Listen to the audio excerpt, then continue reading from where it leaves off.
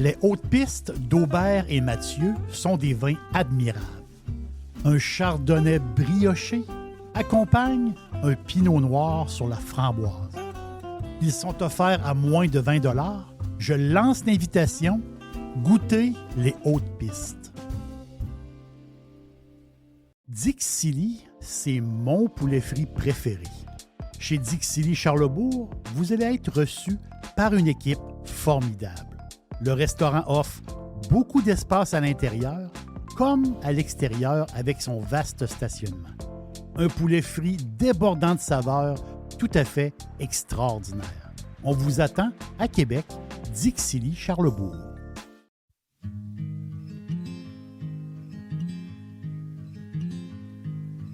Darling, you know that I want things to go our way.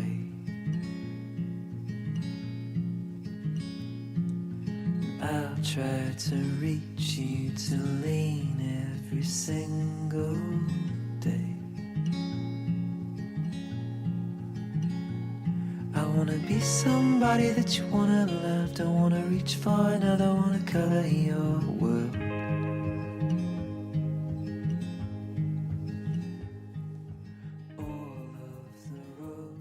J'ai eu le plaisir de rencontrer à l'auberge des amis d'enfance, des gens que j'ai côtoyés à l'école.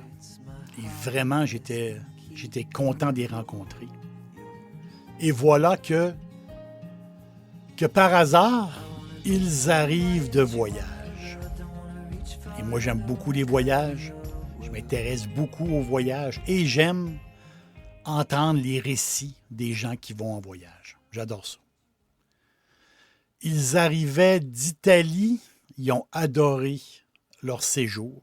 C'était leur premier voyage en Europe et ils ont choisi l'Italie à la base, oui pour l'histoire, oui pour la mer, oui pour la bouffe, mais à la base, ils ont choisi l'Italie pour le vin. C'est des amateurs de vin italien. Et ça m'a fait plaisir d'entendre qu'ils ont réussi à faire un voyage assez économique en Italie. Ils se sont déplacés en autobus, en train. Ils ont trouvé des petites auberges à prix décent. Donc, leur voyage, leur séjour n'a pas coûté trop cher. Et ça fait plaisir à entendre.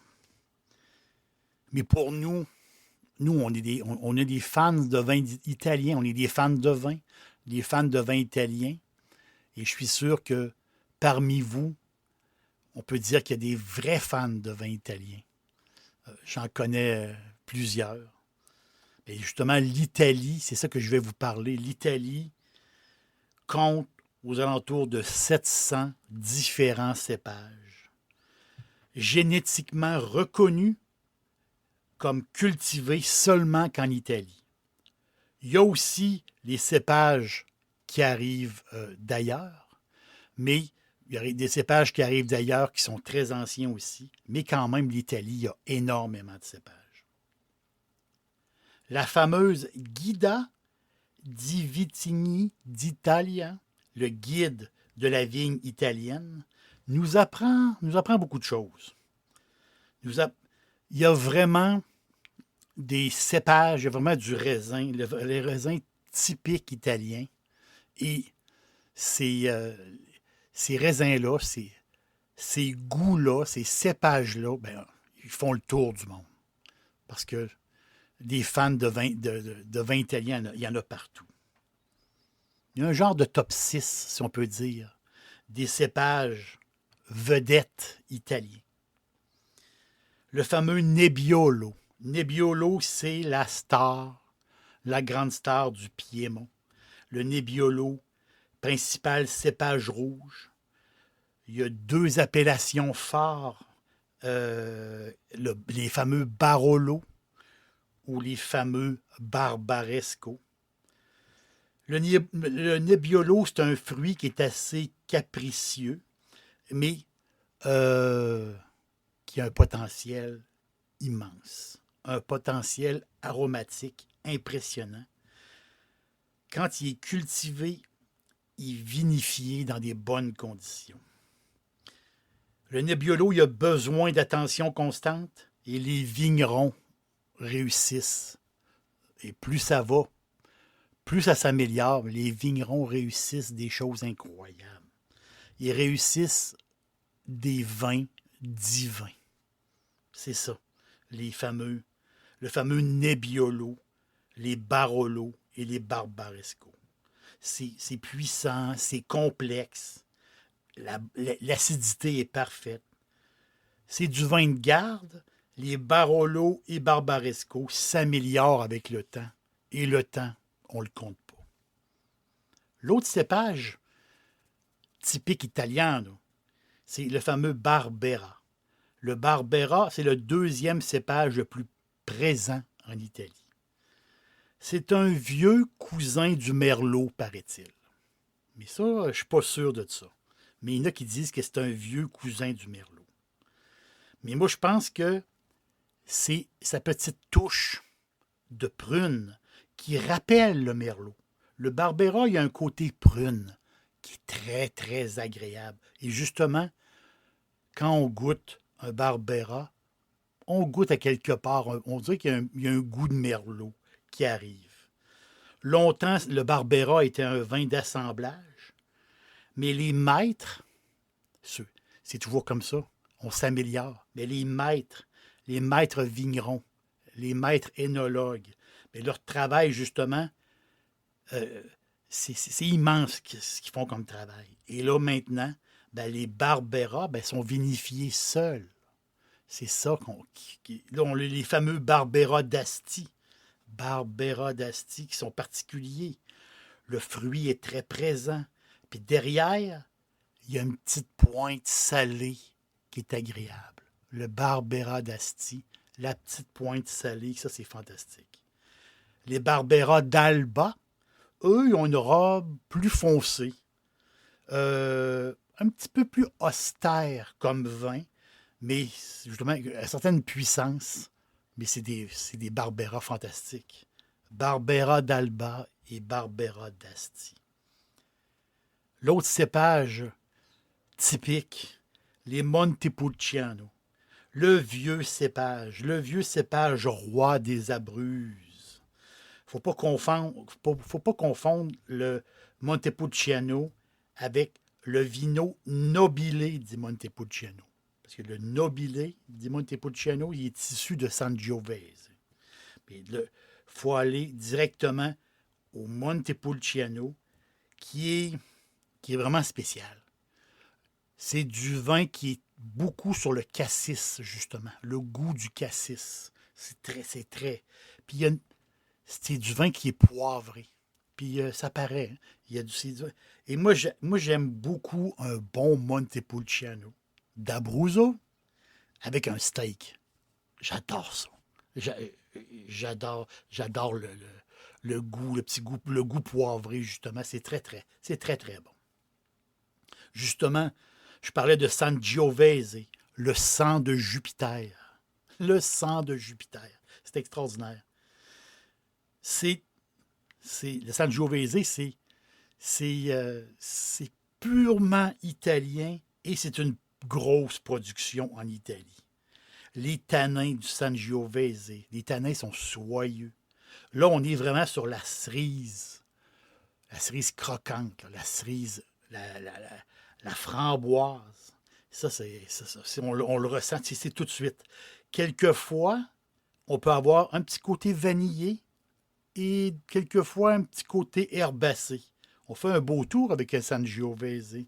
Donc, on peut dire soyeux et sec. C'est comme ça. Mais c'est la magie des grands Brunello. Les Brunello, c'est possiblement la gamme de vins la plus dispendieuse d'Italie. Les Brunello, qui sont des purs Sangiovese de grande classe. Des Brunello qui arrivent du ciel, c'est pas compliqué. Qui arrivent quasiment des dieux, le sang de Jupiter. Et justement aussi, par rapport au Sangiovese, on a les Chianti. On l'adore, les Chianti. Ça prend au moins 80% de Sangiovese pour faire du Chianti. Et le Chianti, ben, on l'aime beaucoup. Avec une bonne pizza, vous savez, un Chianti, on ne se trompe jamais. L'autre cépage que je veux vous parler, italien, le Nero d'Avola, le cépage sicilien. On est en Sicile, hein, c'est ça.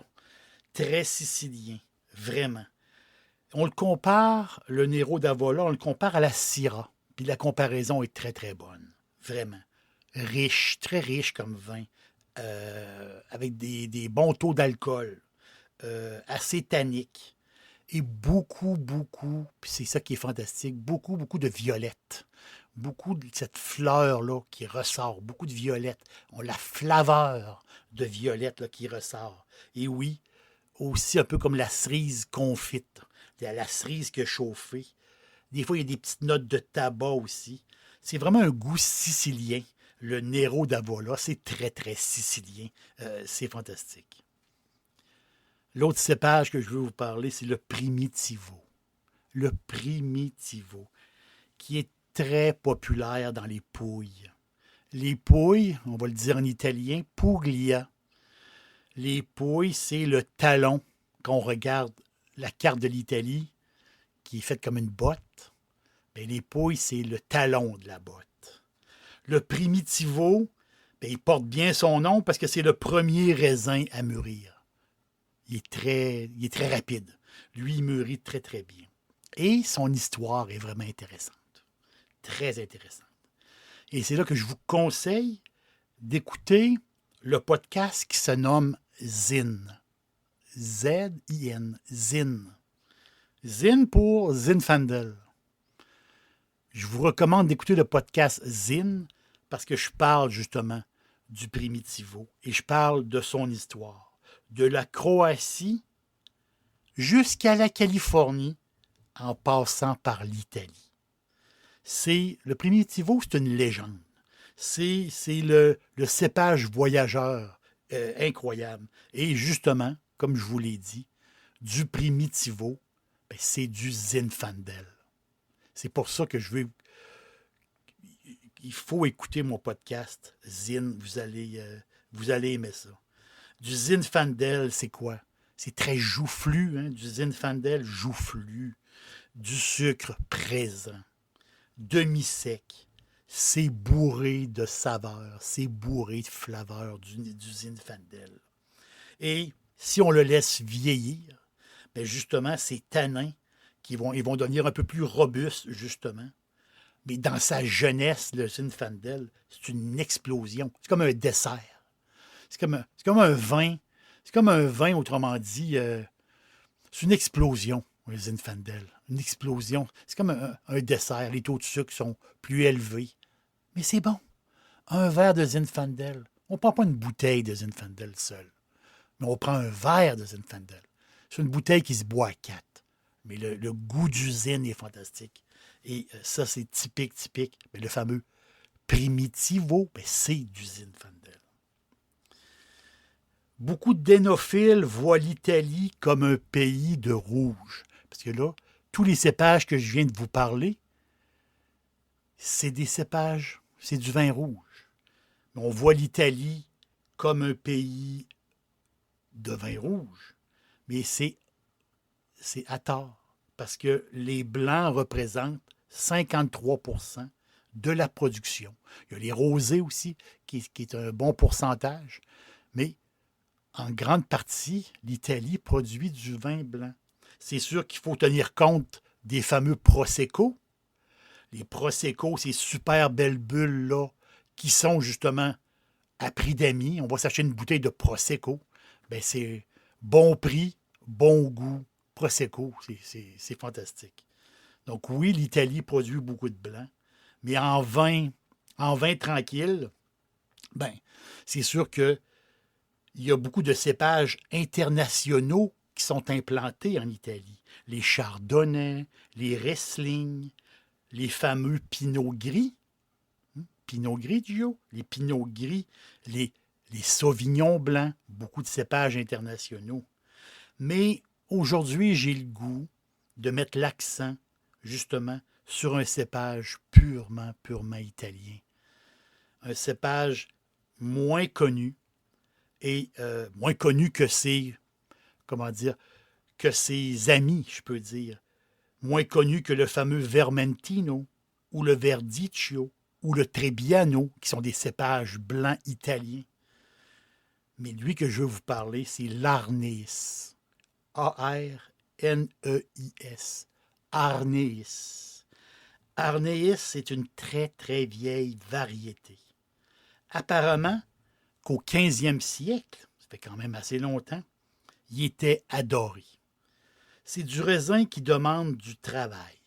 L'Arneis, ça demande du travail. Sa nature, le plant en tant que tel, il est très exubérant. Tu sais, c'est de la vigne indisciplinée. C'est bizarre de le dire comme ça, mais c'est comme ça. L'Arneis, c'est indiscipliné. Ça pousse partout. Ça pousse tout croche. L'Arneis, il y a du travail à faire avec un plant d'Arneis. Et pour obtenir justement des fruits de qualité, puis pour obtenir du bon raisin Arneis, ben, en bon québécois, il faut, autrement dit, il faut le calmer. En bon québécois, il faut le travailler. Il faut s'en occuper.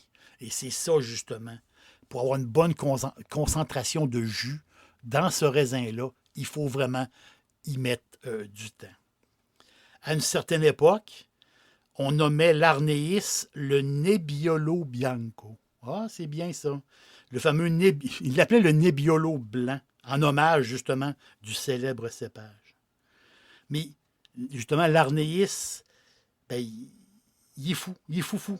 Et dans les années 70, c'est un cépage qui avait presque disparu parce qu'il représente beaucoup de travail. Et si on le laisse faire, ben, il va nous donner des jus moyens. Si on le laisse faire. Il faut le travailler. Mais voilà que les viticulteurs du nord de l'Italie, les viticulteurs du Piémont, eux autres, ils n'ont pas voulu que l'Arneis disparaisse. Parce que c'est devenu un trésor. L'Arneis est un trésor. À 50 km au sud de Turin, Torino, 50 km au sud de Turin, c'est l'épicentre du slow food.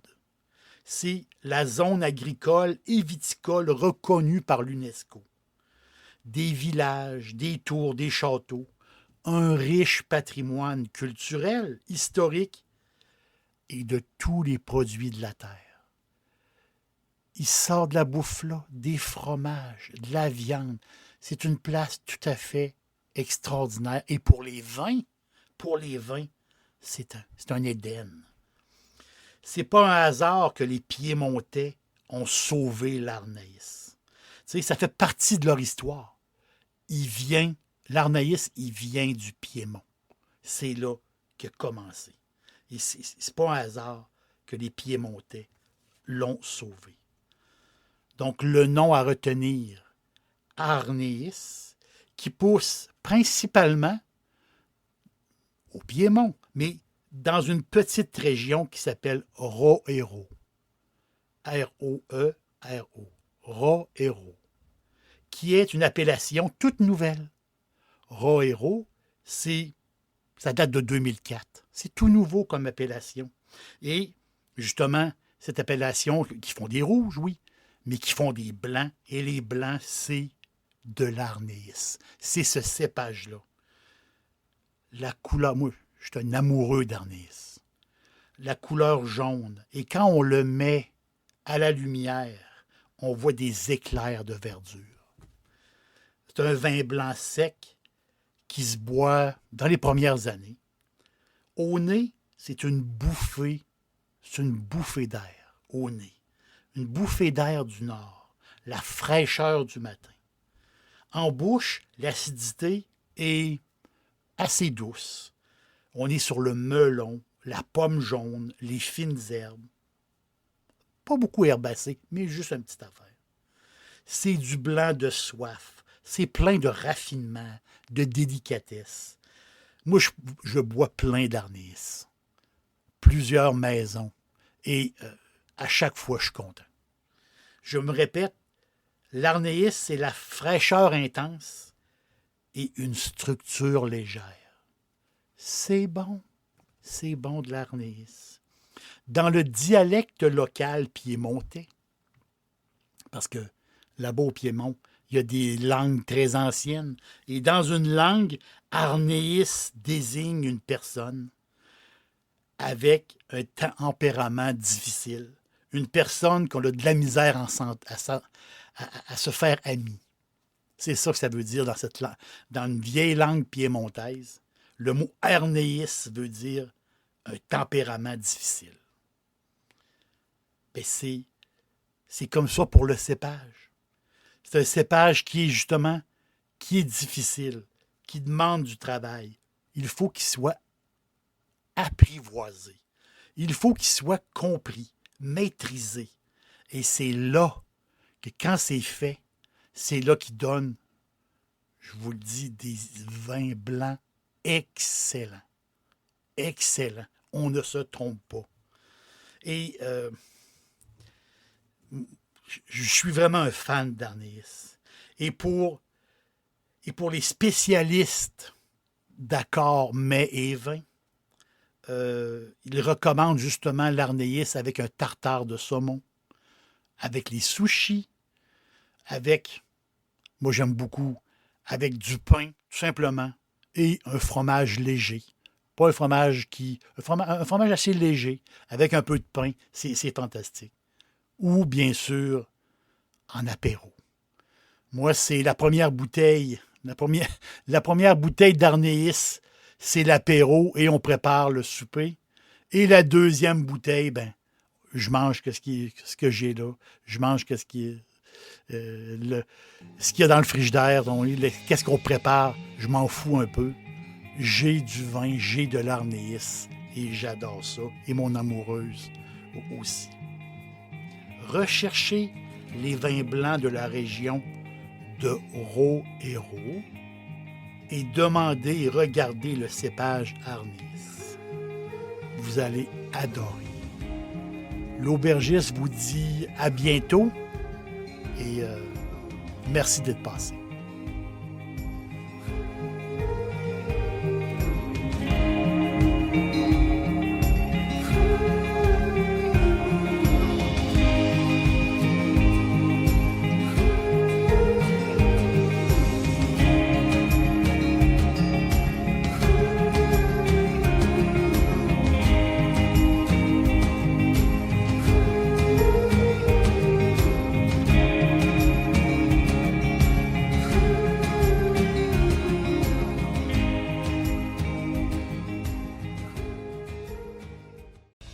Pour me suivre au quotidien, sur Facebook et Instagram, recherchez Jerry l'aubergiste.